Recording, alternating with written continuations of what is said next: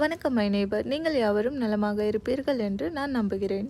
அமெரிக்காவின் வெஸ்ட் வெர்ஜீனியாவின் பகுதியில் எங்களுக்கு அதிகமான காய்கறிகள், பழங்கள் அப்படியே கிடைக்காது. பதப்படுத்தப்பட்டு அல்லது முழுவதும் சுத்தம் செய்து பேக் செய்து தான் வரும். முதல் முறையாக பீட்ரூட்டை முழுவதுமாக பெற்ற மகிழ்ச்சியில் நான் காணப்படுகிறேன். அமெரிக்காவில் பல ஆண்டுகளுக்கு முன்பாக பீட்ரூட் சுகரானது எல்லா கடைகளிலும் கிடைக்குமாறு இருந்தது. ஆனால் பீட்ரூட் சுகர் செய்வதற்கான செலவு அதிகமாக காணப்படுவதால் அதன் உரிமையாளர்கள் தற்பொழுது அதை செய்வதை நிறுத்திவிட்டார்கள். தற்பொழுது எல்லா இடங்களிலும் வெள்ளை சர்க்கரை தான் பயன்படுத்தப்படுகிறது.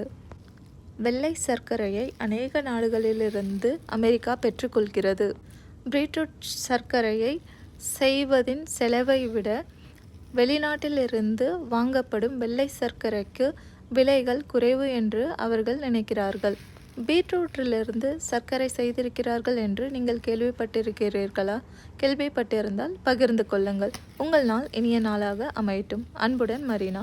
இந்த சேனல்களில் வரும் வீடியோக்கள் உங்களுக்கு பிடித்திருந்தால் நண்பர்கள், உறவினர்கள் மற்றும் குடும்பத்தாருடன் பகிர்ந்து கொள்ளுங்கள்.